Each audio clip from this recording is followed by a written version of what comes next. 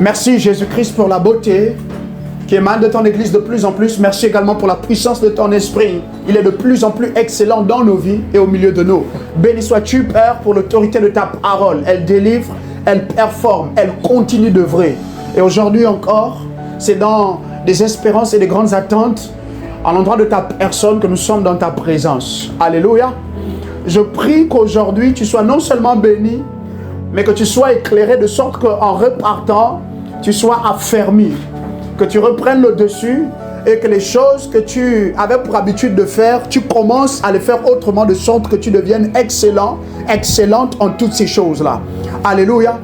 Aujourd'hui, nous allons parler de ceci, les stratégies, ou encore la stratégie.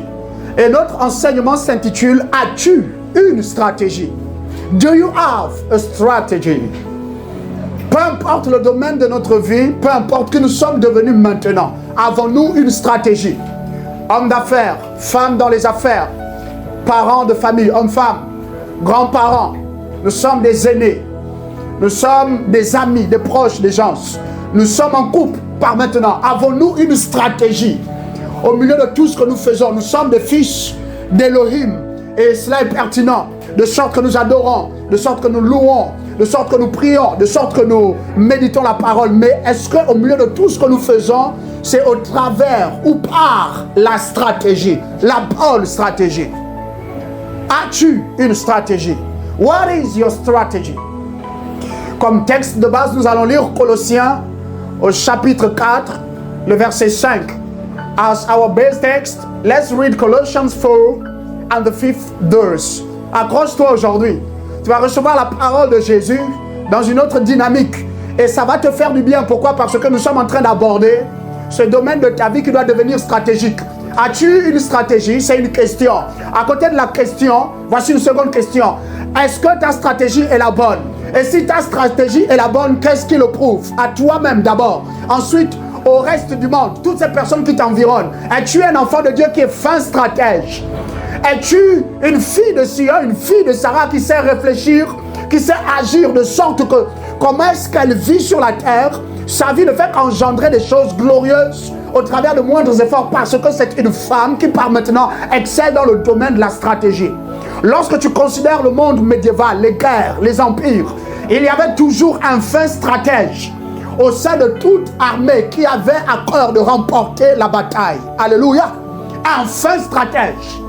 Quand tu considères en particulier le continent asiatique, la Chine, tous ces empires-là se sont formés sur la base de victoires à la guerre. Non seulement de grands généraux, mais surtout parce que au sein de toutes les armées en Chine, de ces empires-là, qui se sont affermis, qui ont grandi, qui ont pris contrôle du continent asiatique, il y avait en leur sein des fins stratèges.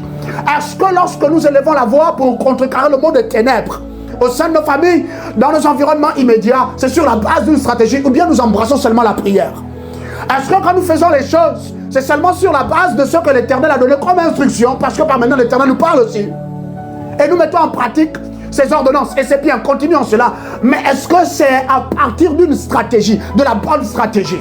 Parce que donne-moi le temps aujourd'hui de te donner d'apprécier ceci. Ce ne sera pas toujours une question de j'ai déjà beaucoup ou j'ai encore un peu et je cherche à avoir beaucoup. Ce ne sera pas toujours une stratégie, une raison au temps pour moi de se déplacer maintenant pour un autre point ou de rester encore attendant plus d'instructions de la part du Seigneur. Ce ne sera pas toujours une raison de l'armée en face est plus nombreuse que nous et nous sommes moindres. Assurément, si nous allons maintenant au combat, on va être écrasés. Ce ne sera pas toujours une raison de les membres de ma famille me combattent, me font la guerre, les gens autour de moi me rejettent. Non, alors que je fais du bien, alors que j'ai Jésus dans ma vie, alors que par maintenant je suis un homme, je suis une femme qui apprend à marcher avec respect, au respect des hommes et puis aux honneurs à leur endroit. Mais ce sera aussi désormais une question de stratégie. La stratégie au travers de laquelle est-ce que tu empaquettes le cadeau que tu fais aux hommes. La stratégie au travers de laquelle est-ce que tu vas vers tes proches qui te rejettent. La stratégie au travers de laquelle est-ce que tu te tiens debout en face des hommes pour leur parler afin qu'ils reçoivent bien le message que Christ t'a confié. Alléluia, bien-aimé. Pourquoi? Parce que dans le corps de Christ, il y a une chose que nous faisons. Et avouons cette vérité à chacun d'entre nous. On fait les choses pêle-mêle. de façon mélangée. Et souvent, on a même insisté en face d'une montagne, comme c'est écrit dans Zacharie 4, à partir du verset 5 en descendant. Oh, qui es-tu devant moi, ô grande montagne? Tu seras aplani. Non, c'est une montagne, et comme tu as la foi, continue de parler à la montagne, elle va se déplacer. Elle va se déplacer. Non, écoute, s'il y a une résistance démoniaque, persiste seulement dans la prière avec Daniel. Il a prié, au final, au bout de la persistance, il est venu à bout de la résistance. On pense qu'en tant qu'enfant de Dieu, c'est seulement ça. Et à cause de cela, on est en train d'être frustré, pas parce que la prière ne marche plus. Je le dirai toujours. Il y a toujours assez d'efficacité, d'onction et d'autorité au travers de la prière qui est éclairée. Tu comprends les mécanismes de la prière. Tu sais pourquoi il faut prier et comment on va prier. Mais pour arriver là-bas, pour bien prier, il faut être fin stratège. Si tu veux bien utiliser la parole, il faut avoir une stratégie pour lire la parole comme il faut. Alléluia. Et nous lisons donc notre texte de base. Nous allons lire d'abord en anglais. Let's read Amplified. First in English. Conduct yourself with wisdom in your interactions with outsiders. Conduisez-vous avec sagesse auprès de ceux du dehors, ceux qui n'ont pas déjà Jésus-Christ. L'apôtre ajoute, make the most benefits of each opportunity. Et faites le maximum de bénéfices, de profit au travers de chaque opportunité. Il ajoute, treating it as something precious. Traitant, considérant chaque opportunité que nous avons sur la terre comme quelque chose de précieux. Moi, je veux même dire quelque chose de très précieux. Pourquoi aujourd'hui est-ce que nos vies de famille, semble-t-il, sont maintenant pêle-mêle? Pourquoi certains d'entre nous, au travail, c'est pas plus que cela? Pourtant, on sait qu'on est doté pour quelque chose. On est talentueux, talentueuse. Mais pourquoi est-ce qu'il n'y a pas plus de gloire qui émane de nous? Ce matin, encore très tôt, la plupart d'entre nous, on s'est levés. On a rendu grâce déjà dans le lieu de l'intimité avec Jésus chez nous. Ensuite, on est allé au lieu de l'adoration fraternelle, corporative. Mais pas plus que cela a émané de mon frère et n'a émané de moi. La plupart d'entre nous. Aujourd'hui, nous voici encore assis ici. Est-ce que tu es là seulement parce que tu dois être là? Ou bien être ici, ça fait partie maintenant de tes stratégies pour reprendre le dessus sur la vie? Pour davantage croître dans le royaume? Pour davantage être affermi dans le Seigneur et dans ses voies? Est-ce que c'est avec cet entendement-là que tu viens ici tous les après-midi, le dimanche? Alléluia. Même Dieu a dû établir une stratégie. Mettons de côté, l'agneau a été immolé avant le fondement du monde, de l'univers. Plus loin, Jésus a bien dit comme ceci, Matthieu 16, au verset 18, je sais que tu sais, il dit, je bâtirai mon église sur la base de la révélation de qui je suis. Voici la stratégie de Jésus. Pas seulement pour te donner de naître dans son royaume, pas seulement pour te sauver, non, pour redonner à l'homme de devenir ce qu'il était censé être au départ, lorsque Jésus l'avait pensé, l'avait créé et l'avait formé. Quelqu'un comprend? Voici la stratégie. Ensuite, tu prends tout le reste en compte. Réduire Satan aux arrêts, définitivement. Changer, transformer le cours de nos vies. Changer, transformer l'histoire de nos familles. Impacter la terre, impacter les hommes transgénérationnellement. C'est à partir de cette stratégie. Et Jésus lui-même étant Dieu, il n'a pas dérogé à la règle. La Bible dit qu'il s'est fait lui-même la tête de l'église. Toi, quelle est ta stratégie? Quelle est la stratégie des hommes et des femmes que tu rencontres? Est-ce que tu en parles même? Est-ce que ta vie est le cumul des stratégies que tu avais établies à la place du lieu secret de la prière? Je ne te parlerai pas que de la stratégie. Je vais te parler de ce qu'on appelle la stratégie infaillible. Une stratégie qui doit gouverner tous les domaines de ta vie, juste comme avec Jésus. Donne-moi encore un peu de temps et tu vas bien apprécier ce que nous sommes en train de nous dire aujourd'hui. Sinon, on va dépenser notre argent, excusez-moi de vous le dire comme ça, mais à beaucoup de niveaux, ce sera vainement. Dans certaines semailles qu'on fera, certaines offrandes, je ne sais pas, certains dons, on va gaspiller même l'argent. Excuse-moi de te le dire comme ça. N'arrête pas de faire des dons. Non, non, continue. Mais il faut que tu aies une stratégie. Sinon, prier, ce sera juste une affaire de temps en temps, soit quand on le sent bien, on est émotionnellement paré pour prier, ou bien comme il y a eu de la joie un peu dans notre corps parce que Dieu nous a visités, on a été bénis, il y a eu une petite finance qui nous a été accordée. Alléluia. Et c'est comme ça qu'on prendra seulement la prière avec joie. Sinon le reste du temps, la prière ne sera pas un élément jouissif dans notre vie, à la fois spirituelle et même naturelle. Saint-Esprit, bénis-nous aujourd'hui. Je vais définir la stratégie. Plus loin, je vais définir ce qu'on appelle une stratégie infaillible. Parce que tu n'as pas besoin seulement que d'une stratégie. Ta stratégie en tant qu'enfant de Dieu doit être infaillible. Si on t'en avait déjà parlé en assemblée, alléluia, je rends grâce à Jésus. Mais s'il a insisté, et je vais te le dire comme ça fait 3 semaines, je suis en train de travailler là-dessus pertinemment, méticuleusement. J'attendais que Jésus me donne, me souffle des choses encore et encore, pour que toi et moi, nos vies changent. Pour certains, c'est la première fois concrètement qu'on insiste sur ce mot en espace de 15 minutes qu'on vient de prendre par maintenant depuis qu'on a commencé. Stratégie, le mot stratégie. Pour beaucoup, c'est nouveau, certains d'entre nous. Pour d'autres, bon, on avait déjà entendu cela. On a appris parce que oui, on avait bien considéré depuis la première fois qu'on nous en avait parlé que c'est avéré. Mais on n'a jamais rien fait de plus avec cette vérité. À partir d'aujourd'hui, j'aimerais vraiment que ça change. Satan te combat, il a une stratégie. Les hommes autour de toi, la majorité, ont des stratégies. Tout ce qui existe dans l'univers a une stratégie pour continuer de rester en vie. Même, semble-t-il, les êtres non animés, les arbres, les cours d'eau, c'est une stratégie. Alléluia. Il faut bien que tu comprennes ça. Même les animaux ont des stratégies. D'ailleurs, la preuve, les documentaires animaliers mettent cela pleinement en avant. Comment est-ce que le lion se met en mode pour chasser? Pareil avec la hyène. La girafe a sa stratégie. Le lion a sa stratégie. L'éléphant a sa stratégie. L'hippopotame a sa stratégie. Et tout ce qui existe. Maintenant, comment est-ce que nous, les hommes, on ne doit pas avoir des stratégies? Si eux, la stratégie, ça leur permet soit de survivre, de continuer d'exister et de ne pas disparaître prématurément dans le cycle de la vie. À toi et à moi, ce message s'adresse pertinemment. Ce n'est pas tant la puissance de la prière qui va toujours nous délivrer seulement. Et Dieu ne veut même pas toujours qu'on arrive au point où on doit nécessairement prier avant d'être délivré d'une situation. Non. Sinon alors on n'est pas sage. On n'est pas encore sage. Permets-moi de le dire comme ça. Alors, qu'est-ce qu'une stratégie? Nous allons commencer par là.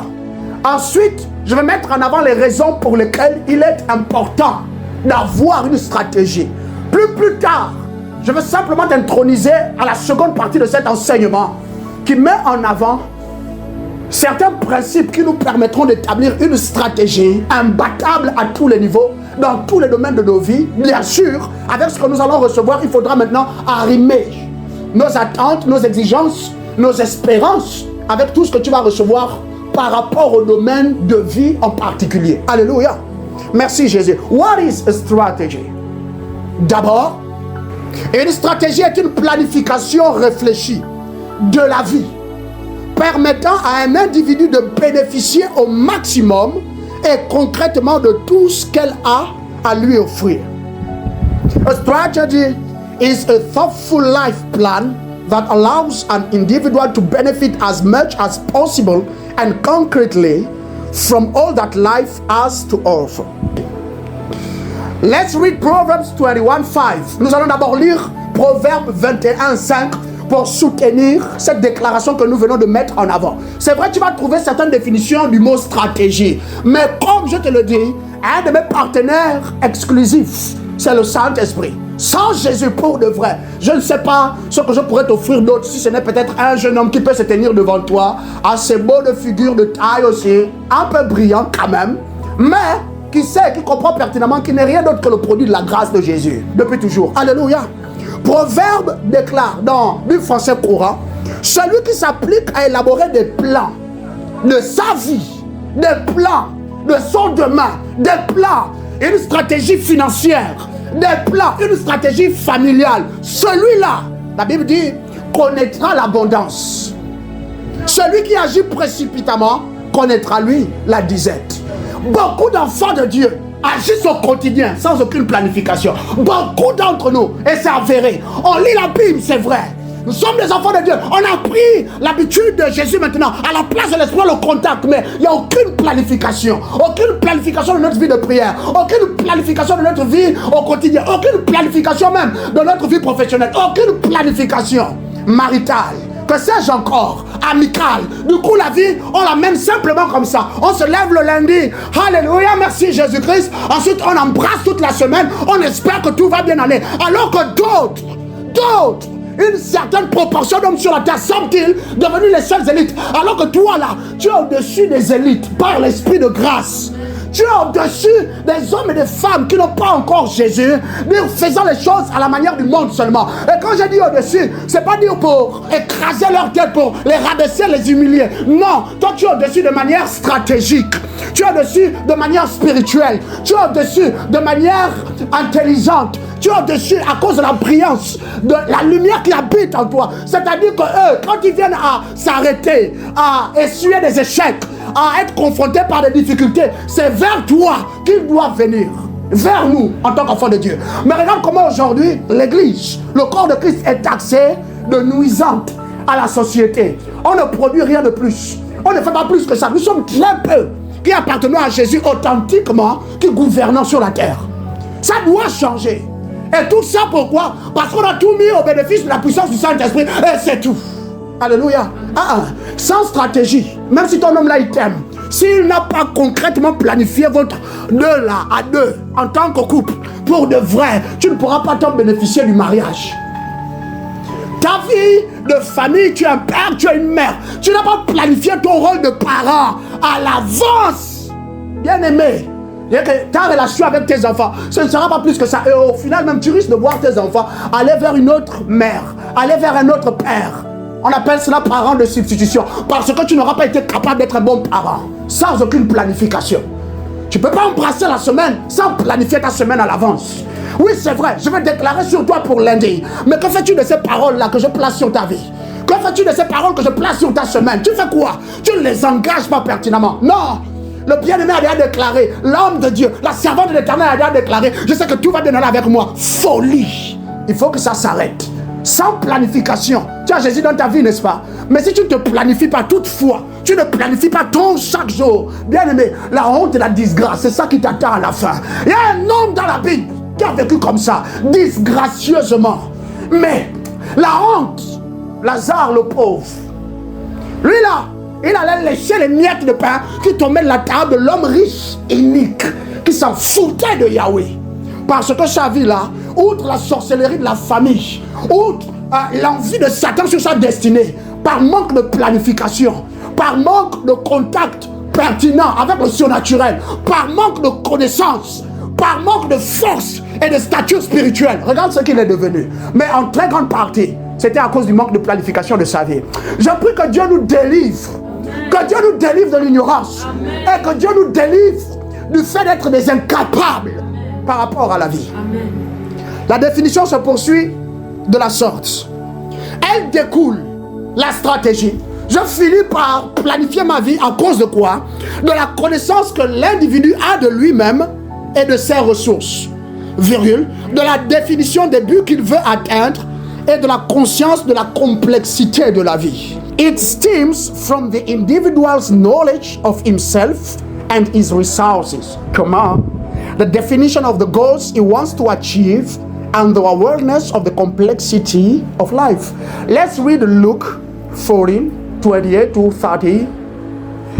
J'aimerais que tu comprennes par cela que je ne suis pas juste en train de m'asseoir pour chercher à planifier quelque chose bonnement. Alléluia. Et c'est pas juste planifier qu'il faut que tu planifies. C'est pas juste le souci de t'asseoir pour planifier. Comprends-moi bien, aie bien les regards sur moi aujourd'hui. Il faut que je fasse rentrer ça dans ton esprit comme il faut. On parle ici de planifier de sorte que tu sois un homme, une femme derrière direct. Tu commences à voir une conséquence positive des choses que tu as planifiées méticuleusement dans le secret maintenant que tu es en train de pratiquer aussi au vu de tous. Les hommes ne savent pas forcément que tu es en train là-bas d'acter sur la base d'une programmation secrète. Alléluia. Par exemple, quand tu embrasses le monde du cinéma, un acteur est seulement un acteur sur la base de 3 choses. La première chose, il doit avoir le talent qu'il faut. La deuxième chose, il doit pouvoir incarner le personnage qui doit jouer derrière la caméra, autant pour moi. Et troisièmement, c'est ce qu'on appelle le script qui lui est soumis. Même si l'acteur là, il a le talent, par la grâce de Jésus, qu'il peut incarner le rôle derrière la caméra, derrière l'écran, bien aimé, si elle n'a pas le script, si on ne lui a pas soumis à temps, s'il n'a pas pu bien s'imprégner de tout le contenu de son script, elle n'a pas pu bien lire son script jusqu'à la fin, et même l'intérioriser comme il faut, malgré ton talent, malgré ta capacité, on ne te retiendra pas pour le film. Alléluia! c'est la même chose en tant qu'enfant de Dieu. Est-ce que tu sais que depuis que tu as embrassé Jésus, Jésus vit en toi? Oui, l'Assemblée me dira. Est-ce que tu sais qu'en toi réside une puissance qui est capable d'accomplir infiniment des choses que tu n'as même pas encore eu idée que tu pouvais accomplir? Oui, l'Église va également crier. Après, maintenant, on va te dire, bon, quel entendement tu as de Jésus qui vit en toi et de sa capacité à produire infiniment? Ensuite, comment le manifester là-bas dehors? Là, c'est silence total dans l'Assemblée. Silence total. Et c'est ce qui fait qu'une des choses à la place de l'esprit maintenant que je trouve, mais de plus en plus aberrante, c'est l'abus. L'abus de la prière, l'abus de la parole, l'abus de ceci, de cela, l'abus de prière, l'abus du soutien de prière des autres, l'abus des retraites, l'abus de beaucoup de bonnes choses. Pourquoi? Parce qu'on ne connaît pas véritablement à quoi ces choses-là servent. D'abord déjà, hein, ensuite Dieu par maintenant, on n'est pas un homme qui est devenu réfléchi. On n'est pas une femme qui sait que ça marche d'abord par la stratégie. Tu veux manger un fruit? Oui. La stratégie c'est quoi? Il faut que tu possèdes la semence de ce fruit-là que tu aimes. D'abord, il faut que tu aies la semence. Ensuite, deux, il faut que tu regardes autour de toi. Et puis que tu apprécies une terre qui est fertile, capable de porter la semaille dont tu aimes manger le fruit. Alléluia. Ensuite, troisième élément de la stratégie, tu dois aller mettre ça en terre. Puis, quatrième élément, tu dois arroser. Veiller à ce que. Cinquième élément, tu dois faire preuve de patience. Surtout pour ceux qui aiment, par exemple, la mangue. Pour d'autres qui aiment d'autres fruits comme le cacao. Ça prend 3 ans et demi avant que finalement tu ne puisses en bénéficier de la saveur du fruit. Nous, les enfants de Dieu, vous savez ce qu'on fait? On a la prière, n'est-ce pas? Et puis Jésus a dit qu'il y a une épreuve qui arrive. Nous, on pense que la prière, ça va juste servir à révoquer la situation. Ensuite, après ça, oulala, on va se la couler douce. L'épreuve est passée. Du coup, la patience, nous, les enfants de Dieu, tu ne trouves plus ça chez beaucoup d'entre nous. La pertinence spirituelle, tu ne trouves plus ça. Pourquoi? Parce qu'on n'est pas des fins stratèges. Et tu sais d'où est-ce que la bonne stratégie découle? Premièrement, tu dois connaître qui tu es. Si tu ne découvres pas ce qui est en toi, qui tu es, comment tu es, ce qui te compose intérieurement, même si tu vas planifier, tu risques de mal planifier. Deuxièmement, tu dois pouvoir apprécier et connaître concrètement toutes les ressources autour de toi. Concrètement. Qu'est-ce que tu as avec toi déjà? L'autre avait dit, c'est ma dernière part de farine et puis notre dernière proportion d'huile. On va faire un dernier mets, on mange mon fils et moi, puis maintenant on attend la mort. Dieu a été tellement bon avec nous. C'est pas comme ça que la chantre a chanté à un moment donné. Même si tu ne fais plus rien d'autre pour moi, à ce point-ci où tu m'as conduit, tu as fait assez. Alléluia. À côté de ça, tu dois connaître les ressources autour de toi. Il faut que tu aies défini clairement les buts que tu veux atteindre dans la vie. Voici une question qu'il faut que je te pose. Que veux-tu? Alléluia.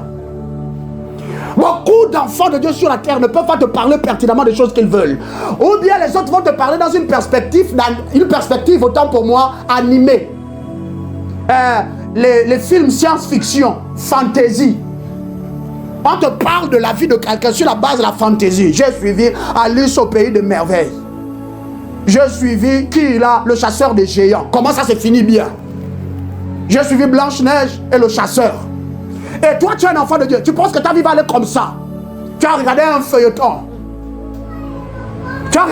Oui. Donc c'est pour cela que tu es en train de me dire que voici la planification de ta vie. Oui, j'aurai d'abord 2 enfants. Après, on va attendre un peu mon époux et moi. Et puis après, je vais voir si on peut encore faire un 3e enfant. Mais là, je prie vraiment que ce soit les jumeaux. Et du coup, nous, les enfants de Dieu, on est en train d'espérer seulement. On est en train d'espérer. Et Satan, par derrière, vient. Parce que tu ne connais pas.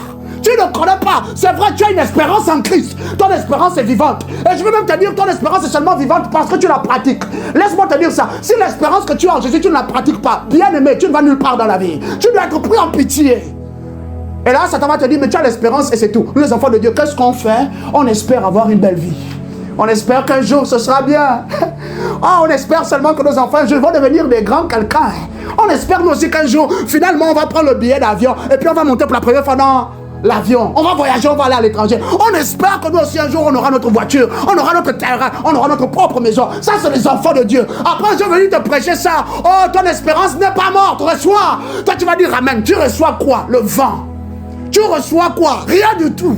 Tu reçois quoi? C'est seulement la honte que tu es en train de programmer encore dans ton année 2027, 2028, 2029, 2030, que sais-je encore. Mais ce sera moins toi désormais. Amen. Tu ne ne seras plus cette personne-là qui est en train de marcher vers des horizons inconnus, hein, et qui est en train d'aller là-bas également avec une espérance inconnue, hein, une espérance qui n'est pas ancrée sur quelque chose de solide, hein, et même une espérance que tu ne pratiques pas. C'est ça, nous les enfants de Dieu. Oh, non, moi j'ai la foi que finalement mon époux, je sais qu'il va changer. Non, non, non, non, la Bible est claire là-dessus, hein, la Bible est claire. Que croyant en Dieu sans douter. Et finalement, et là tu es en train de me citer quoi? Romains chapitre 4. Tu sais, je connais aussi un peu la Bible, hein? Mais ça n'a rien à voir. Le contexte déjà est différent. Père Abraham et ton époux là, c'est deux personnes absolument différentes. Deux personnes. Non, mon épouse et moi, on sait qu'on va avoir un enfant et tout et tout. Oui, au début, semble-t-il, c'est un petit zèle là qui t'habite. Mais tu sais, ça arrive souvent la plupart du temps. Oui, mais ton épouse est stérile.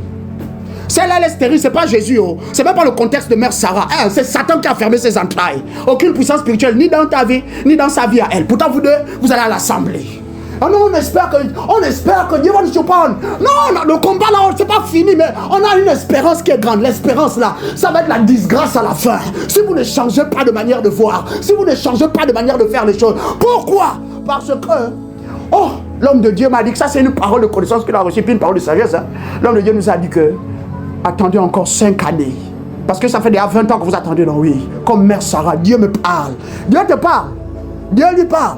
Toi, Dieu ne t'avait pas déjà dit ça personnellement, que vous allez avoir votre premier de 25 ans après, dans l'attente. Juste comme Père Abraham avec sa dame. Et maintenant, c'est ce que vous, on vous rabâche là. Votre histoire n'est pas la même. Vous n'avez pas quitté Ur là-bas, en Chaldée. Votre père, il n'était pas un ascendant ou un de ces ascendants-là qui offrait, qui immolait au Dieu croissant. Et que sais-je encore. Maintenant, vous êtes en train de mélanger votre vie par manque de planification à celle d'un homme et d'une femme de grand, mais de grand renom, de grande destinée, de grande dimension. Et après, vous rentrez à la maison, vous avez la paix dans votre cœur. Pourquoi la paix? Parce qu'on t'a dit entretien l'espérance, n'est-ce pas? On nous a dit ça, n'est-ce pas? Réponds-moi un peu. On t'a dit entretien l'espérance, n'est-ce pas? Ok, l'espérance, on entretient sur la base de quoi?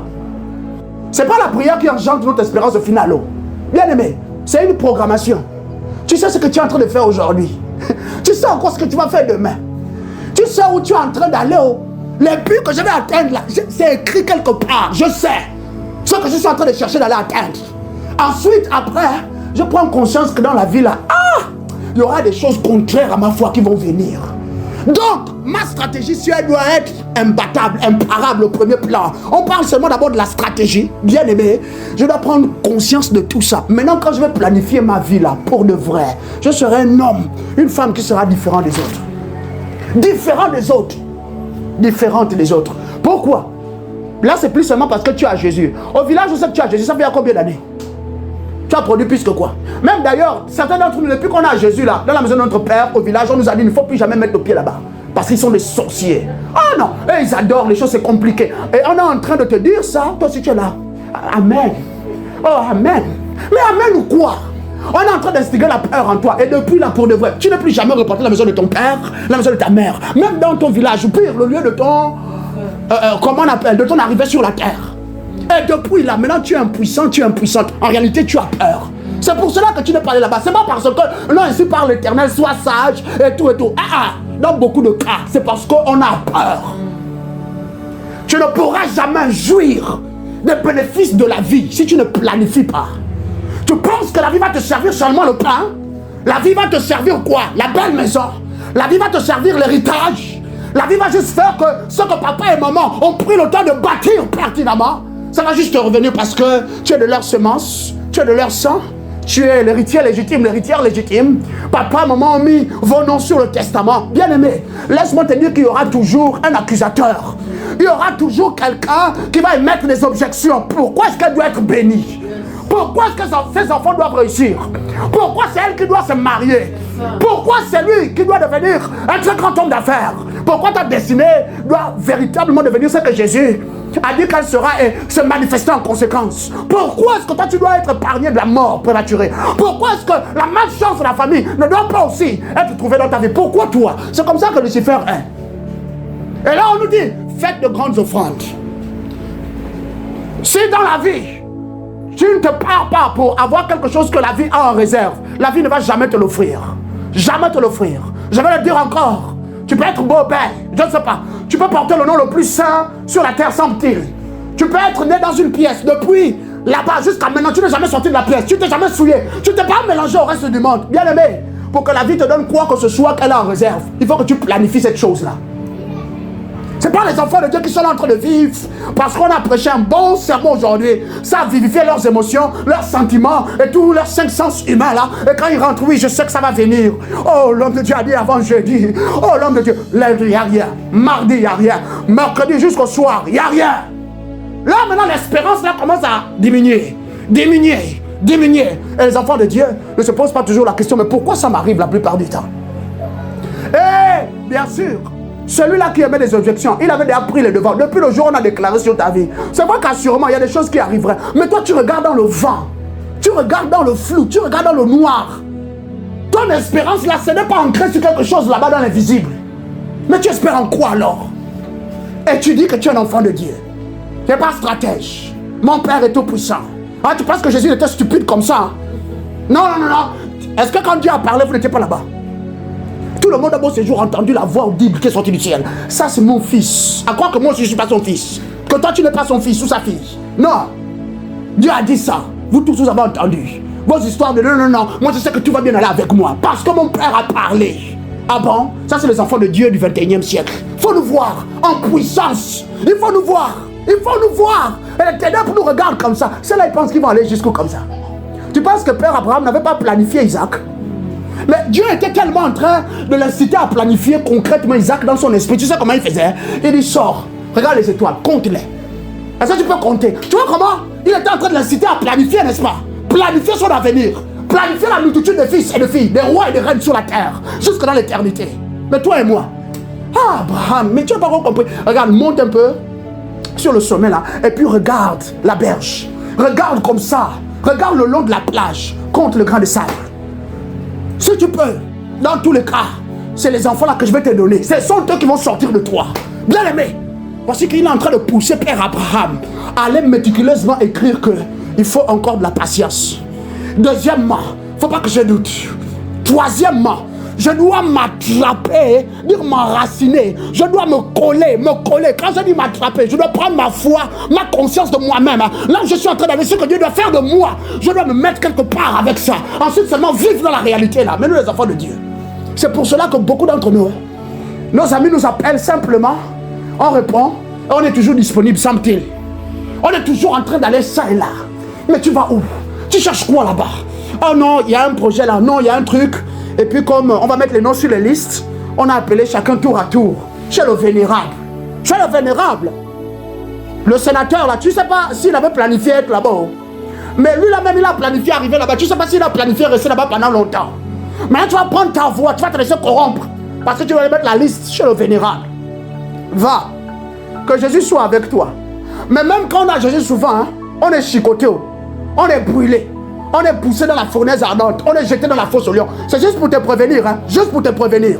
Que même quand on a Jésus là souvent, ça doit faire 25 années, semble qu'il n'y a pas d'enfant encore. Notre foi ne produit rien. Nos prières ne produisent rien. Tu te rends compte que pour Père Abraham et pour Mère Sarah, c'est ça là que ça a mis en avant. On dirait, le fameux Dieu là, qui les a appelés, il n'existe pas. C'était des illusions. Abraham, il est devenu fou.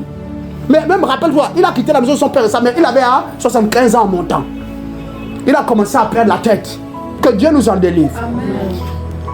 Luc, chapitre 14, verset 28 à 30. Je prends mon temps. Je veux bien bâtir cet enseignement et je veux bénir ton esprit. Voici ce que la Bible déclare. Merci Saint-Esprit. Nous allons lire la Bible du Sommeur. En effet, si l'un de vous veut bâtir une tour, en effet, mes bien-aimés ici, si tu veux accomplir n'importe quelle tâche, si tu veux acquérir un terrain, en effet, tu veux avoir maintenant des enfants, oui c'est vrai c'est la saison, mais maintenant tu veux pratiquer ça, tu veux passer à l'acte avec ton bien-aimé, avec ta bien-aimée. En effet, vous avez accord de bâtir ensemble cette affaire-là, cette bibliothèque-là, je ne sais pas, quelque chose de renom. En effet, vous voulez vous embarquer dans un programme spirituel de longue durée. En effet, bien-aimé, tu veux voyager. En effet, tu veux commencer les affaires avec les hommes à travers le globe. Voici le conseil de Jésus. Est-ce qu'il ne prend pas d'abord le temps de s'asseoir pour calculer ce qu'elle lui coûtera et de vérifier s'il a les moyens de mener son entreprise à bonne fin? Est-ce que celui-là, celle-là ne prend pas d'abord le temps de s'asseoir? D'abord, tu dois checker si je vais bâtir une tour, j'ai assez de moyens pour commencer à bâtir, maintenir la bâtisse. Alléluia. Est-ce que j'ai assez de moyens par maintenant pour devenir déjà une mère aussi biologique? Par moyen ici, c'est plus des vertus, des qualités spirituelles. Qu'est-ce que tu connais de la maternité? Je le dirai souvent et toujours aux femmes, aux pères. On est un père, on est une mère. Quand on a fini par engendrer et on vit l'expérience là, c'est là qu'on apprend ce que ça signifie. Au début, c'était pas facile pour les premiers parents. Mais les premiers parents n'ont pas été non sages. Ils ont répertorié méticuleusement les expériences de la parenté avec les enfants dans des manuels, dans des récits. Maintenant, c'est à nous aujourd'hui d'assumer que les récits là sont là-bas, on doit les chercher pour commencer à apprendre. Maintenant, ce que ça signifie qu'être un père, qu'être une mère, pour pas le vivre mal quand finalement tu as engendré. Beaucoup, c'est ça le problème. D'autres, que sais-je encore ce que c'est, avec leur santé. Les gens ne savent pas qu'on planifie le bien-être. Même la simple hygiène, les gens ne savent pas que ça se planifie. Les gens ne savent pas que la joie est planifiable. Le bonheur est planifiable à l'avance. À l'avance, juste comme quelqu'un qui, permets-moi de le dire comme ça, c'est juste pour te donner de bien apprécier l'idée que je vais mettre en avant, qui a eu accès au surnaturel peut-être par des moyens purement terrestres. Tu as les yeux ouverts. Tu sais ce qui va se passer dans 2 ans, dans 2 mois, dans 6 mois. Donc, aujourd'hui, tu corriges déjà. Si c'était quelque chose de mauvais, tu corriges ça aujourd'hui. Pour vivre le fameux jour là dans 6 mois, glorieusement. Alléluia.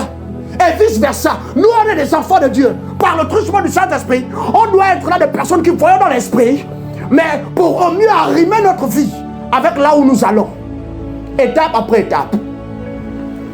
Tu dois prendre le temps de considérer si par maintenant tu as assez de connaissances dans le domaine de la parenté, assez de connaissances dans le domaine des affaires, assez de connaissances dans le domaine ministériel, assez de connaissances dans le département protocole, le département de traducteurs, le département des guerriers de prière, le département des évangélistes au sein du corps de Christ. Assez de connaissances avant de t'embarquer dedans.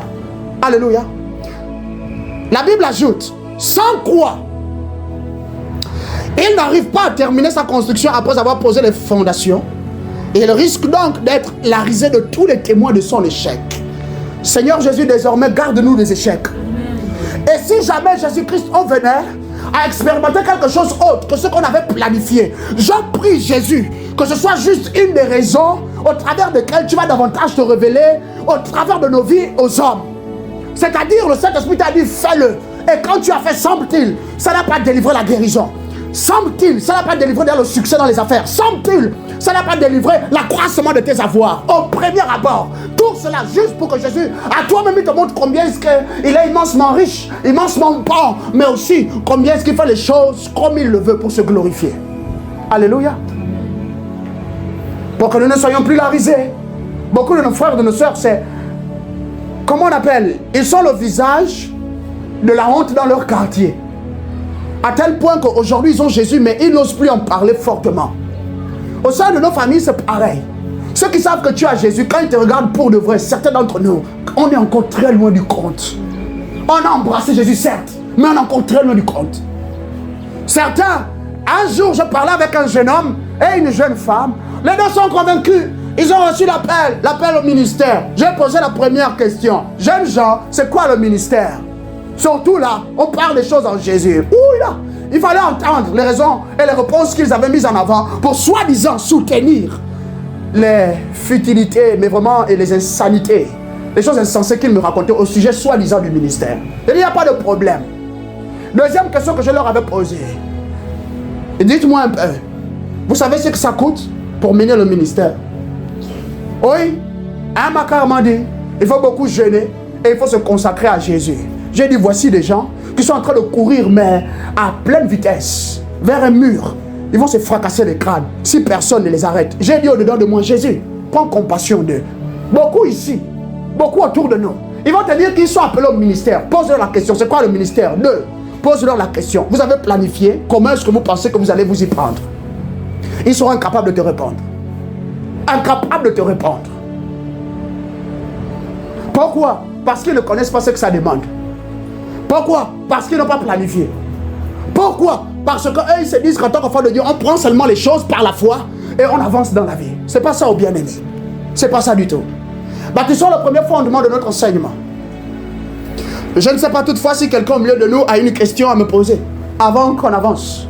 Juste pour finir. Gloire à toi, Jésus. La nécessité d'une stratégie. The necessity of strategy. Gloire à toi, Jésus-Christ.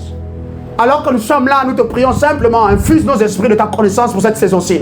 Ce message a une portée prophétique, je le sais, Jésus me l'a dit. J'ai méticuleusement travaillé là-dessus. J'ai entendu Jésus me parler, quelqu'un avait besoin d'entendre ça. Parce que dans sa vie, c'est flou, c'est flou autour de lui, c'est flou autour d'elle. Et pire, c'est flou en lui, c'est flou en elle. C'est vrai, la foi est toujours là, mais c'est flou. Tu n'arrives plus à avoir de la pertinence. Tu es bloqué. Et tu sais qu'à ce point-ci, c'est plus tard les attaques. Non. C'est juste un manque de clarté. C'est normal. Tu n'avais pas prévu. Par maintenant même arriver au point où tu te trouves. Jusqu'à maintenant, tu n'as fait qu'accomplir le plan que quelqu'un d'autre avait orchestré pour toi. Point après point. La personne là, c'était dit. Après tu vas vivre ci. Après tu vas vivre ça. Ensuite tu vas penser là que oui tu as le dessus. Mais alors que c'est faux. Je suis moi-même en train comme de te téléguider de loin. Saint-Esprit, arrête nos vies. Arrête nos vies. Si nous ne sommes pas en train de vivre le programme que Dieu a pour nous, et pire, le programme maintenant que nous avons établi, respectons le programme de Jésus pour nos propres vies. C'est ça les enfants de Dieu. Et il y a beaucoup de raisons pour lesquelles est-ce qu'il est nécessaire désormais d'avoir une stratégie. Il y a beaucoup de raisons. Et nous allons faire vite simplement pour boucler cette première partie de cet enseignement. La première raison pour avoir une stratégie, que tu sois un enfant de Dieu déjà, ou même que tu sois quelqu'un qui soupire aussi après le salut, même inconsciemment. Et nous prions que le salut aussi leur parvienne. Parce que la stratégie donne clarté et conviction en transformant nos ambitions en des actions praticables. Because strategy provides clarity and conviction by transforming our ambitions into implementable actions. Quand j'ai une stratégie, ça donne de la clarté à mes ambitions et ça donne également de la conviction. Et tu sais, une stratégie va faire quoi? Une stratégie va te donner de pouvoir toucher tes ambitions, les espérances dans ton cœur là. La stratégie que tu commences à mettre soit par écrit ou à dessiner, c'est comme un canevas, c'est un schéma. Alléluia. Ça va te donner de pouvoir donner à tes espérances là une forme concrète. C'est-à-dire, par exemple, je vais devenir un homme de grande autorité et de grande puissance dans le royaume de Jésus. Je planifie cela. Alléluia. Ensuite, pour le devenir concrètement, c'est au travers des actions. C'est des actions praticables qui vont me conduire finalement à mes ambitions escomptées. Est-ce qu'on comprend maintenant? Dire que j'ai établi un but, un objectif à atteindre, ce que je vais faire maintenant en tant qu'enfant de Dieu, et une fois que je l'ai mis par écrit, je me mets à le pratiquer. Je me mets à pratiquer les exigences pour atteindre le but. C'est ce qui rend finalement mes ambitions concrètes, n'est-ce pas? C'est ce qui me donne de jouir de mes ambitions. Voici comment la Bible le déclare dans le livre d'Ecclésiaste 3, au verset 1er. Ecclesiastes 3:1. On va encore lire en anglais, amplifié. Let's read one more time, amplified in English. There is a season. Il y a une saison. A time appointed. Un temps précis. Ou encore un temps arrêté. For everything. Pour toutes choses. And a time for every delight. An event or purpose under heavens. Et il y a un temps pour tout désir, toute ambition, tout événement, tout but, tout objectif à atteindre sous les cieux. Alléluia. Bien, moi je désire par exemple devenir quelqu'un qui va exceller dans le monde du pétrole. Dans le monde par exemple de l'économie bleue, verte, jaune même s'il le faut. Et puis c'est mon rêve. Mais comment faire pour arriver là-bas? Je dois planifier mon arrivée là-bas. Je dois planifier cela. Mettre ça par écrit.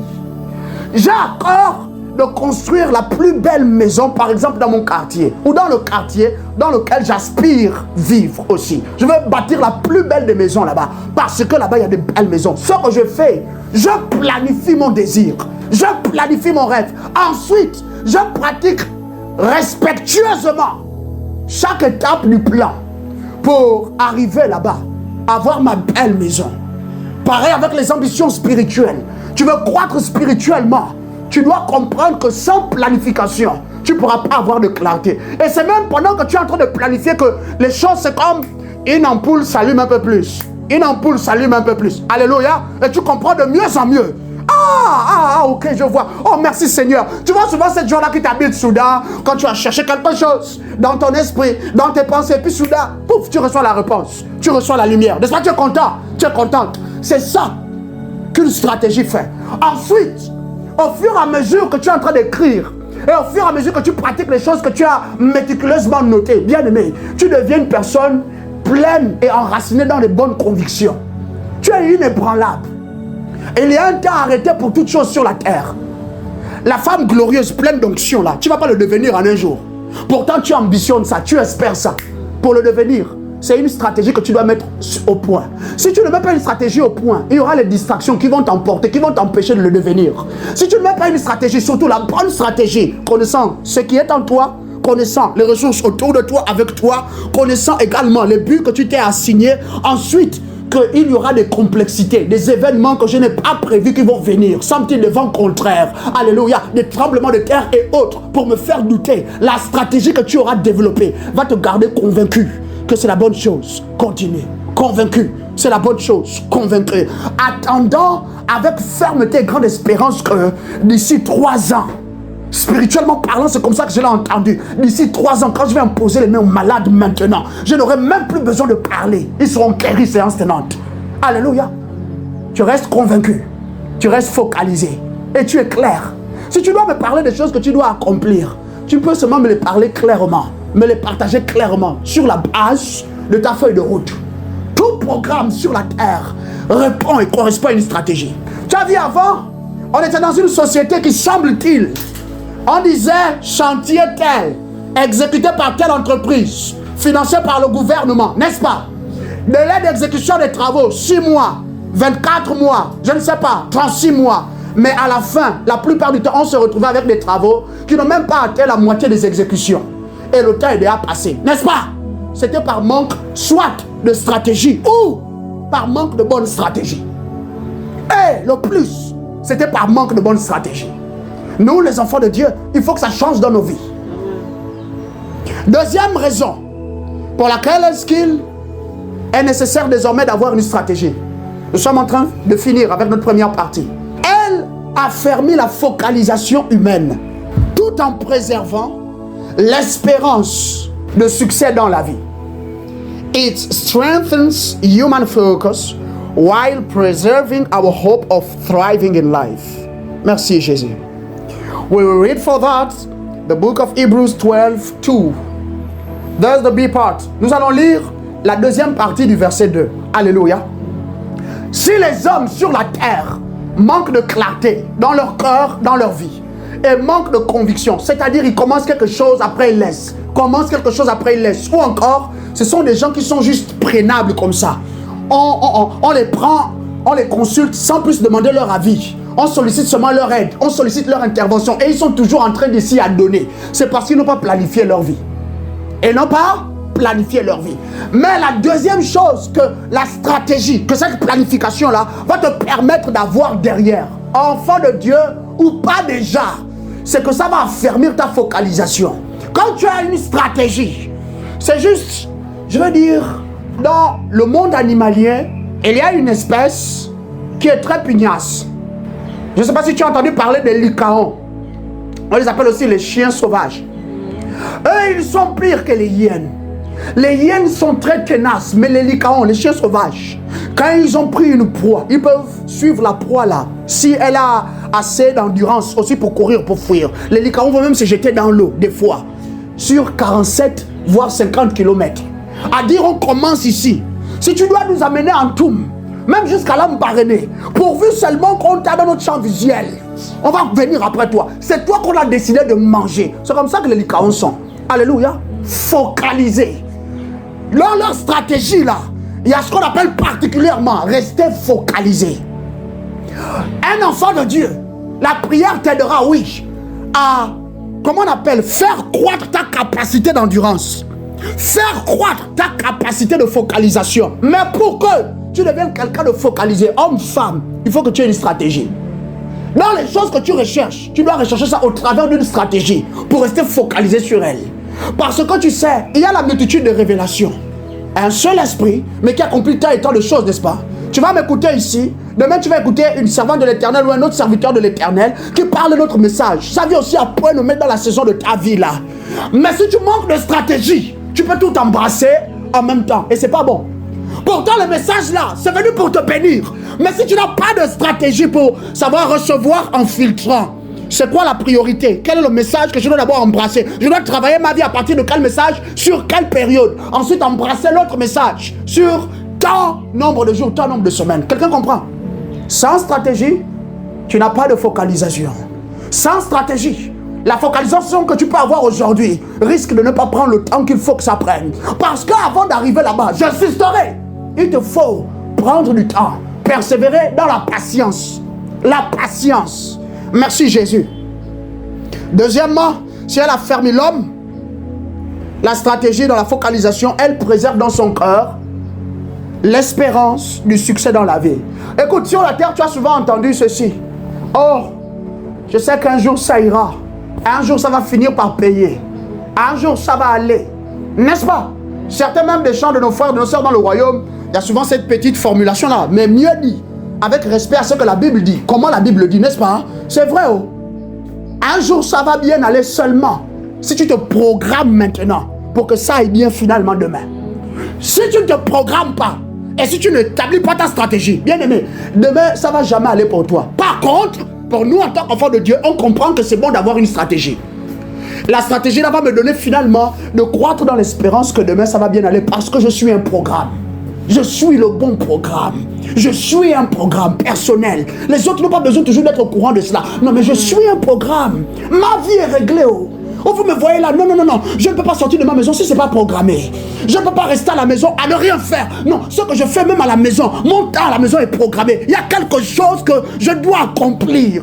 Mon chaque jour, mon demain, mon chaque instant est programmé dans ma stratégie de devenir ce que Jésus m'a appelé à devenir. Ça, c'est ce qu'un frère, une sœur consciencieux, méticuleux te diront. Mais nous, en tant qu'enfants de Dieu, on se retrouve au milieu de ça. Notre maison, on la gère juste comme ça. Sur le seul fait de... On a vu papa et maman, comment ils étaient quand on était enfant. Bon, le foyer, certainement, c'est ça et c'est tout. Tu es sûr? Et toi, tu veux vivre un foyer, par exemple, comme... Quelle sœur?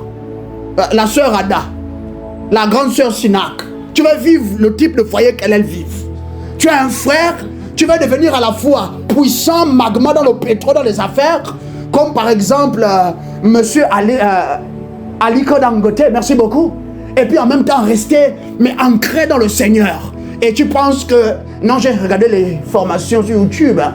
J'ai vu ce que ça donne. Tu penses que je suis pareil? Non, c'est bon. Et puis tu vas seulement te lever comme ça, tu vas commencer les affaires et tu penses que tu vas devenir un grand magma dedans, tout en restant passionné de Jésus. Alors que la gloire vient sur la terre. Alors que ton nom devient influent et puissant. Alors que les paroles de ta bouche, là, tu dis, rentrez dans tel endroit. Allez-y, dites que c'est moi qui vous envoie. Tu vas rentrer, on t'ouvre les portes. Seulement à cause de ce que ton nom maintenant engendre. Et tu penses que facilement, comme ça seulement, tu vas rester passionné de Jésus. Non, il y a une stratégie. Il y a une programmation derrière. Sinon, quand ça arrive, là, bien aimé, tu es ce qu'on appelle, en anglais, on dit, you are depleted. Oh, merci beaucoup, Saint-Esprit. Tu es comme morcelé, émietté. Tu vois comme quand un plat tombe là, les parties vont là-bas, ici et là. C'est ce que tu finis par devenir quand il n'y a pas de stratégie qui garde ta vie. Et là, tu peux dire aux gens, méprisez-moi maintenant. Rejetez-moi maintenant. Alléluia. Sur la terre là, je n'ai plus de place au milieu de vous. Avant de vous dire que ma maison c'est dans les cieux, je vais vous dire ceci. Un jour, vous allez venir me rejoindre pour célébrer avec moi. Un jour, la femme que je vais devenir, l'homme que je vais devenir, va tellement influencer le cours et les saisons de la vie, qu'au travers de moi, vous serez préservés. Comme Joseph, ses propres frères et le reste des descendants israélites. Un jour, là où je suis en train d'aller, les choses que je vois, il n'y a que moi qui les vois. Parce que j'ai programmé cela avec respect à ma stratégie et à mon plan. Dieu me donne maintenant, on appelle ça des insights.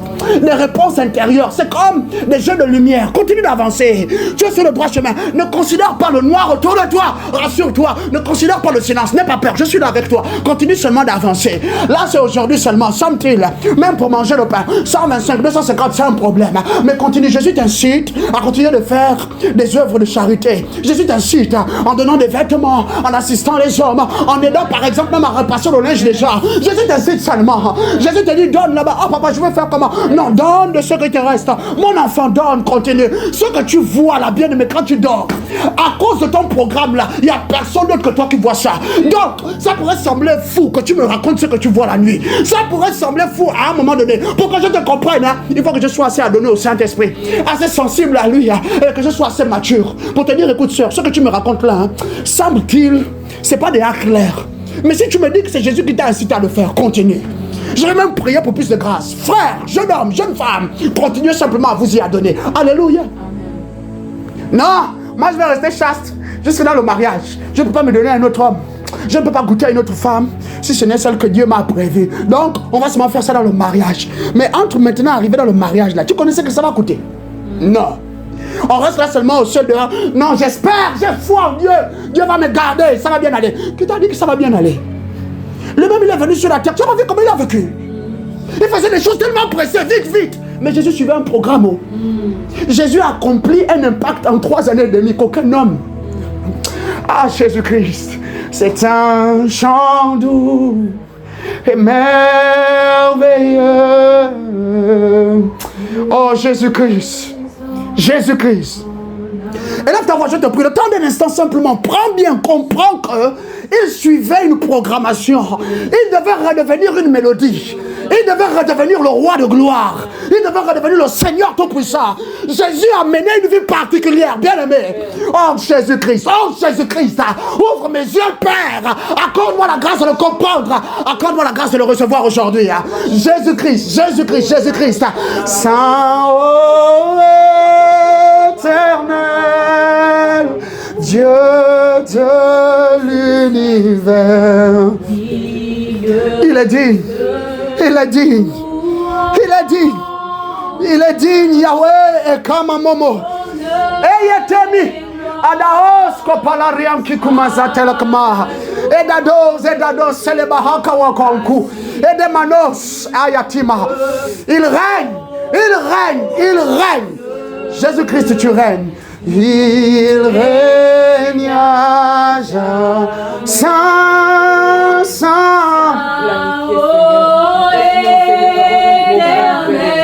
Alléluia, Yahweh, Dieu de l'univers, digne de louange.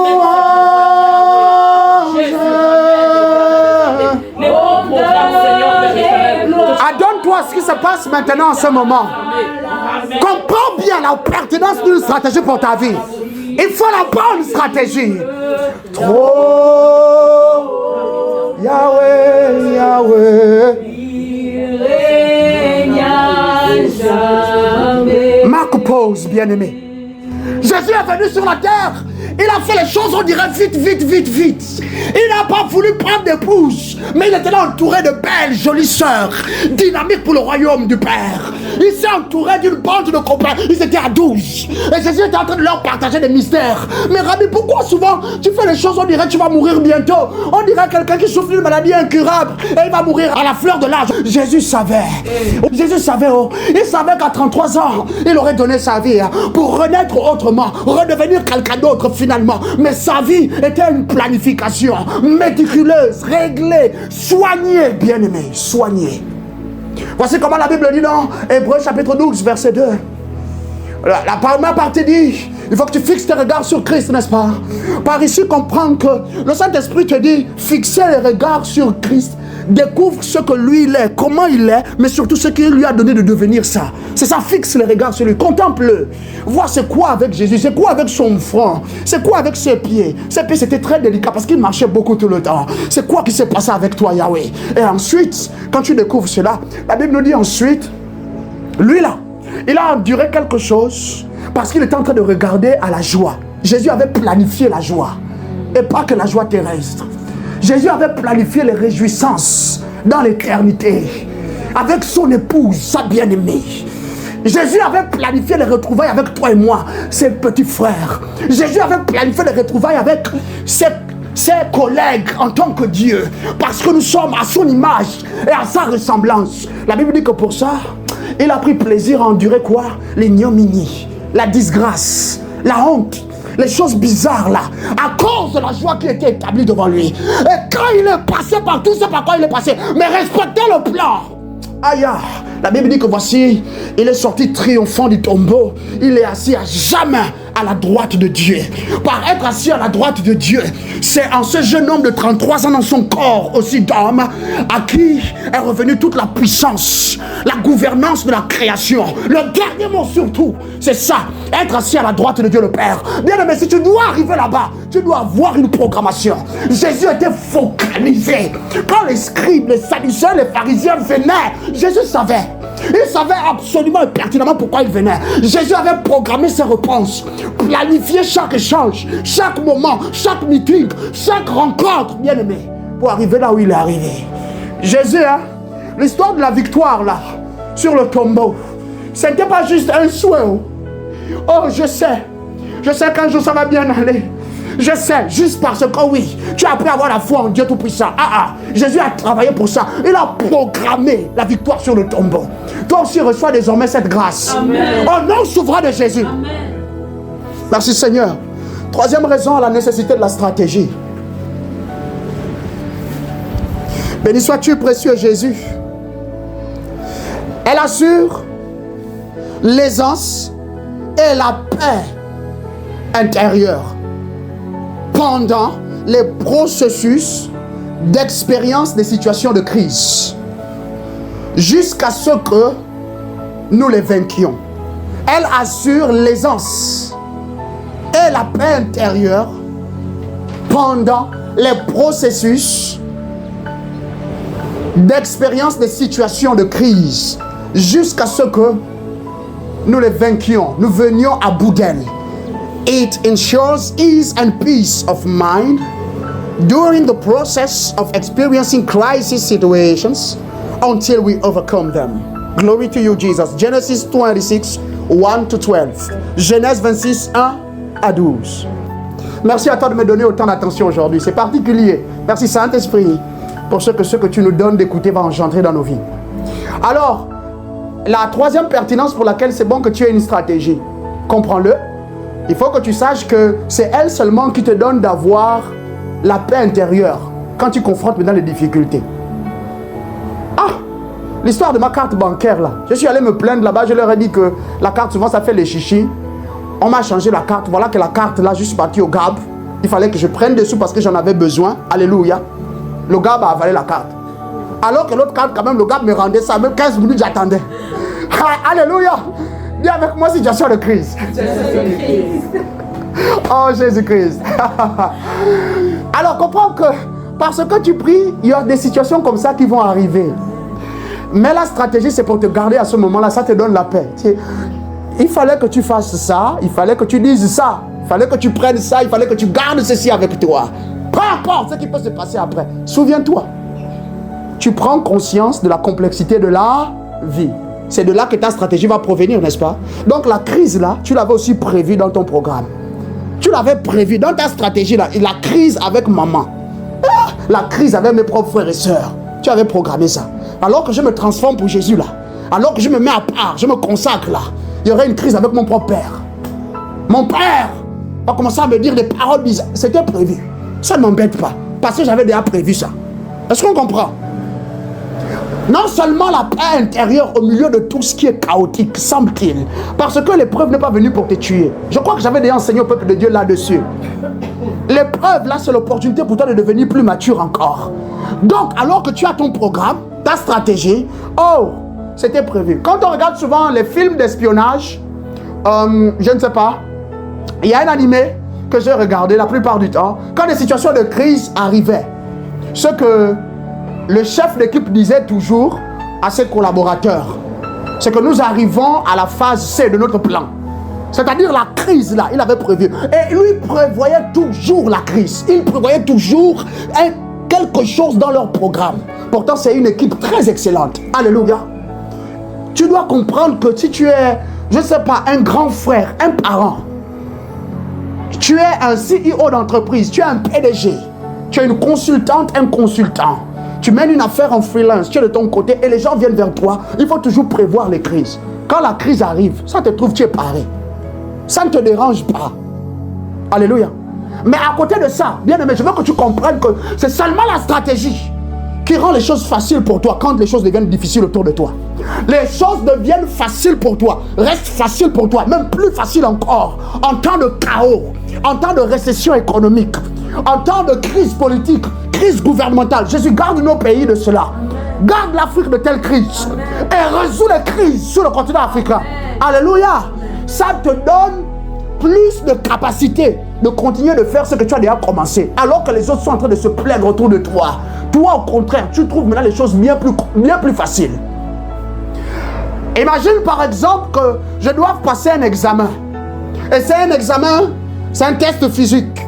Il faut que je donne un certain nombre de points au punching ball. Par exemple, en tapant des coups de poing, il faut que je cours une certaine distance sur un certain laps de temps. Et il faut que je fasse autant de push que possible avec mes cuisses, avec mes bras, mes biceps. Alléluia.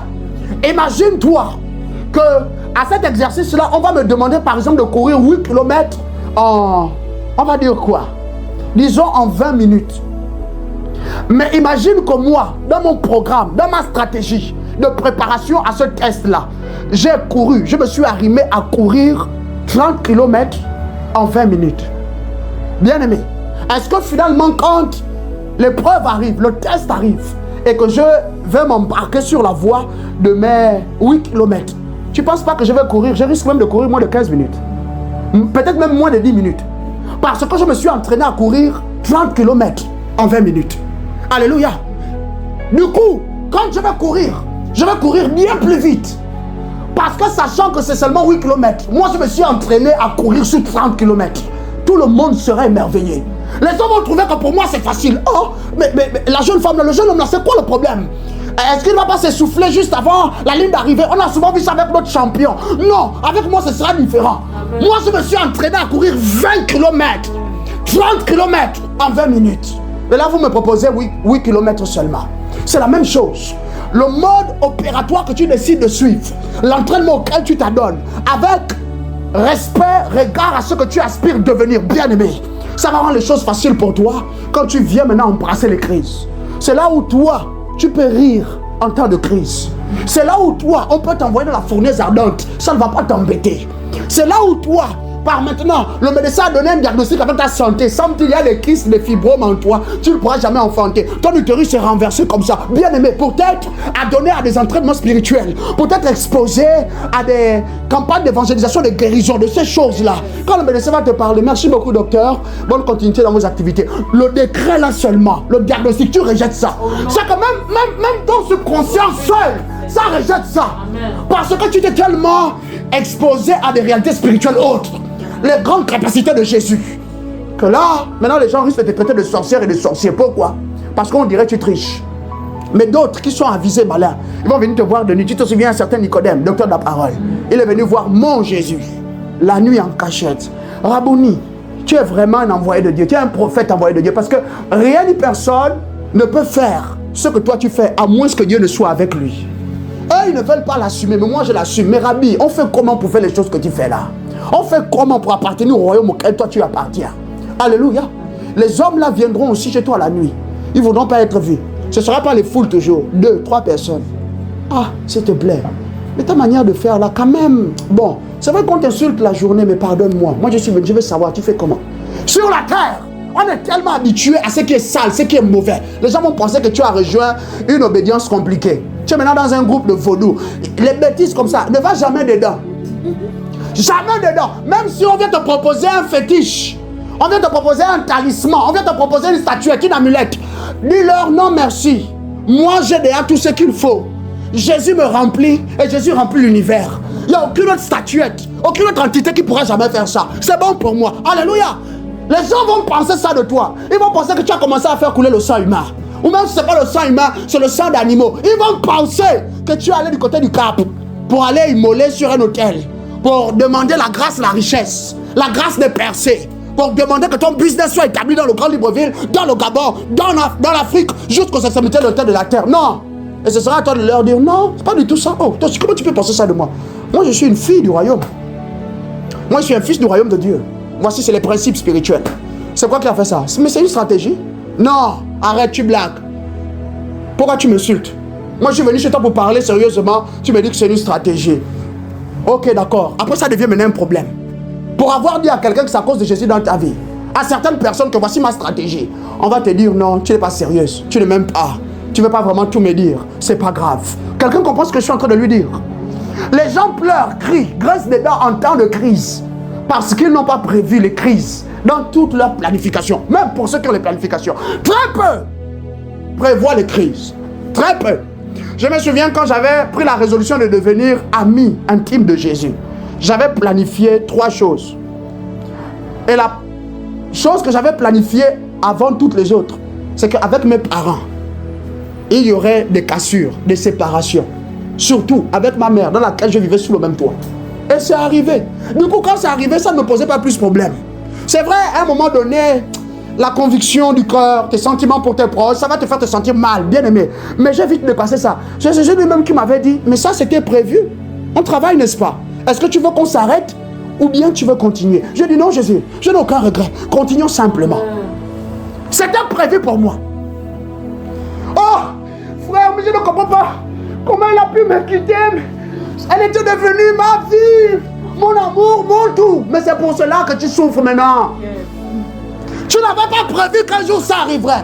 Tu n'avais pas prévu qu'un jour elle te répondrait un peu trop fort. Tu n'avais pas prévu qu'un jour elle prendrait les enfants. Elle quitterait la maison sans te prévenir. Tu n'avais pas prévu ça. Que le contrat pouvait être résigné comme ça sans que même les partenaires d'affaires ne te donnent raison. Ou même ne te donnent des explications avant. Mais toi dans le business là, tu as contribué à hauteur d'à peine 1%. Sur les 50 millions qu'on a injectés, toi tu as donné 800 000. Et donc, on t'a chassé simplement et ils ont gardé le business. Et ils t'ont remboursé tes 800 000. Ah, prends ton argent là, prends ton argent là. Mais voilà, maintenant tu es en train de pleurer, on dirait Jésus est mort. Que là c'est fini, ton histoire de Jésus, tu as la foi et tout. En fait, tout est chamboulé. Là, tu vas encore devoir recommencer maintenant. Sœur, calme-toi. Frère, calme-toi. C'est quoi le problème? Non, papa, vraiment, je ne comprends pas ce qui arrive. Je ne comprends pas, papa. L'enfant m'a dit l'autre jour que vraiment, maman, en fait, souvent tu t'y prends mal. Hein?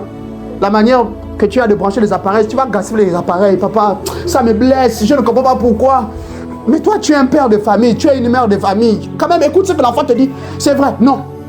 On dirait que ça, les gens n'ont pas prévu que leurs enfants grandiraient et que leurs enfants découvriraient plus qu'eux dans certains domaines et que leurs enfants donc devaient devenir aussi les enseignants de leur papa et de leur maman avec respect à la maison. Non, ça c'était pas prévu. Oh. Donc là tu me vois là. C'est pour cela qu'en Afrique aussi, certains parents là voient leurs enfants. Tu as 42 ans, tu es sous le toit de papa et de maman et on continue de t'appeler l'enfant. Et nous aussi certains là, ça ne nous embête pas. À cause de ça, certains imprévus. Prévoyons dans la vie. Et par-dessus toutes tes prévisions, prévois les crises. Au travail, prévois les crises. Dans ta propre maison, prévois les crises. Dans ta vie spirituelle, prévois les crises. Prévois 1 mois, tu vas même 6 mois. Tu vas prier Jean clopin clopante là. On dit en anglais up and down. En haut, en bas, ici, là. Et tout. Tu pries une fois sur une semaine, seulement par jour. Des fois même, il y a toute une semaine, tu ne pries même pas. Tu sais seulement de dire Jésus merci. Oh, et tout. Prévois tout ça dans ta marche spirituelle. Mais alors que tu prévois également cela, au travers des temps difficiles, continue de devenir quelqu'un de plus fort et de plus affermi. Alléluia. Parce qu'assurément, si tu te pars comme ça par rapport aux crises qui arrivent, quand tu vas les vivre, elles viennent seulement pour passer. Elles viennent pour tester l'authenticité de ce que tu as récolté maintenant. Elles viennent pour tester l'authenticité et la nature des choses que tu as collectées, emmagasinées en toi par maintenant. Tu as scandé, je m'en vais en retraite. Tu as scandé que pendant 6 mois, je ne toucherai pas à ceci, à cela. C'était pourquoi? Pour un but bien précis, non? Maintenant, il faut que les turbulences arrivent pour te donner à toi-même d'apprécier que vraiment, pour de vrai, les 6 mois-là, je n'ai pas perdu mon temps. Ce que j'ai cherché, je l'ai vraiment découvert, je l'ai vraiment obtenu. Et que ce que j'ai cherché là, c'est vraiment la vie. En soi, c'est vraiment la vie. Alléluia. Et au final, tu vas les vaincre encore. Et je prie qu'au milieu de tout cela, Jésus te donne d'être plus que victorieux. Amen. Dans Genèse 26, c'est l'histoire de Père Isaac. Père Isaac est allé ensemencer dans une des parties du désert les Amoréens Et les Sadducéens aussi, je crois, ils sont venus, ils ont fait querelle avec lui. Les autres là qui étaient des bergers, ils ont venu faire querelle avec ces bergers à lui qui gardaient ses troupeaux. Bon, il avait pris la résolution de partir de là parce que persécuté. Yahweh lui apparaît dans Genèse 25 vers la fin. Il lui dit non, non, non, fiston, ne quitte pas ici. On a recouvert les puits que tu avais creusés, qu'on fait jaillir de l'eau en plein désert. Le désert en partie a donné germe à tes semences, c'est devenu verdoyant. Ils sont jaloux de toi, mais reste là. Seulement, décale-toi un petit peu. Il est allé vers le roi Abimelech dans Genèse 26. Alléluia. Mais à la base, il avait à cœur d'aller en Égypte. Après avoir vécu tout ce qu'il avait vécu là, contre les Amoréens et autres, il avait à cœur de partir en Égypte. C'est comme nous. Quand ça devient un peu trop difficile là, non, je sens que je vais d'abord aller à tel endroit. Je sens que je vais d'abord repartir un peu vers mes amis. Certains même, on est souvent tenté de retourner vers le monde. Parce que ça devient un peu trop chaud. Ça devient un peu trop difficile. Ah Jésus, là on va faire comment? J'ai prié déjà 6 fois. C'est la même pathologie là, ça ne quitte pas le genou. Tu es comme en train maintenant de te laisser un peu aller au doute. Ah, ici, finalement, l'option de guérison là, c'était seulement avec Joël. C'est vrai que bon, on peut aussi guérir les malades hein, pour nous tous, mais je crois que ça là, c'est lui seulement. Tu vois un peu, c'est l'état de crise. Oh. Et là, souvent, tu as envie de venir t'appuyer à nouveau sur l'arme de la chair. Comme Père Isaac qui voulait retourner en Égypte. Tu as souvent, comme à ce moment-là, envie de détourner les regards de ton programme. Peut-être que la stratégie, au final, c'était pas bon. Hein? Je devais même mieux m'arrêter. Le temps d'un moment, à cause d'une petite résistance, tu sembles mépriser. Jeter aux oubliettes tous les autres accomplissements que le même programme là, la même stratégie t'a donné déjà d'avoir jusqu'à maintenant. Voilà comment tu es secoué. Alléluia. Mais Dieu lui avait dit non, ne pars pas en Égypte. Toi aussi, non, ne crois pas. Refuse de croire que tu n'as pas d'onction contre les maladies. Alléluia. Pour quelqu'un, non, ne crois pas. Refuse de croire que tu es insensé, tu es une insensée. Refuse de croire que tu es devenu fou folle. Parce que tu as accepté, tu as préféré faire confiance à Jésus. Tu as préféré suivre la voie de Jésus que tu avais entendu dans le songe l'autre fois. Refuse de croire que tu vas perdre ta vie, tu vas tout perdre.